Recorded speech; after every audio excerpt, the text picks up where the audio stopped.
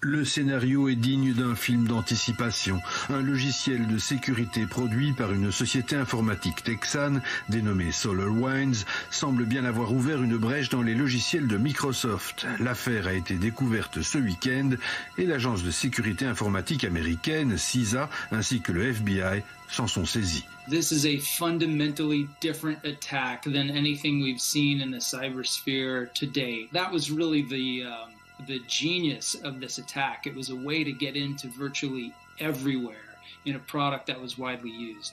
SolarWinds a indiqué que pas moins de 18 000 entités seraient susceptibles d'avoir été infectées aux États-Unis et dans le reste du monde. Parmi les victimes de l'attaque, des entreprises privées, mais aussi des agences gouvernementales comme le Pentagone, une attaque qui met en jeu, entre autres, la sécurité des stocks d'armement nucléaire. Les politiques y voient la main de la Russie.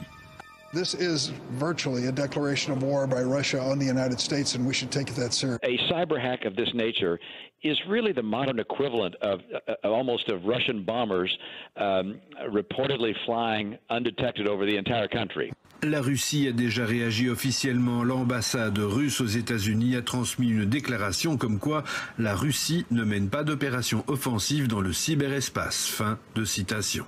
Ce qui est plus interpellant encore, c'est le silence du président Trump sur l'affaire, tant en déclaration que sur Twitter. Joe Biden, pour sa part, a fait état de son inquiétude et assuré que la cybersécurité en général, et cette affaire en particulier, ferait partie de ses priorités dès sa prise de fonction le 20 janvier prochain.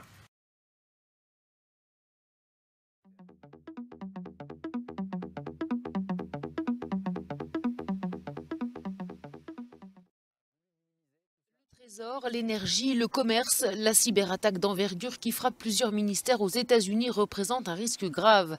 C'est l'alerte lancée par l'agence américaine en charge de la cybersécurité et de la sécurité des infrastructures.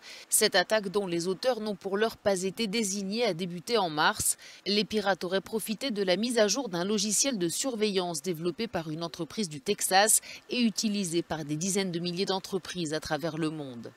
Elle s'est poursuivie durant des mois avant d'être découverte par un groupe de sécurité informatique américain, lui-même victime de cyberattaques la semaine dernière.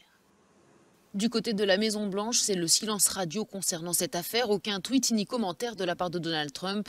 Le président élu Joe Biden, qui doit prendre ses fonctions le 20 janvier prochain, s'est lui déclaré très préoccupé. Il y a une dizaine de jours, c'est l'Agence européenne des médicaments qui avait été l'objet d'une cyberattaque au cours de laquelle des documents liés à Pfizer-BioNTech avaient été piratés.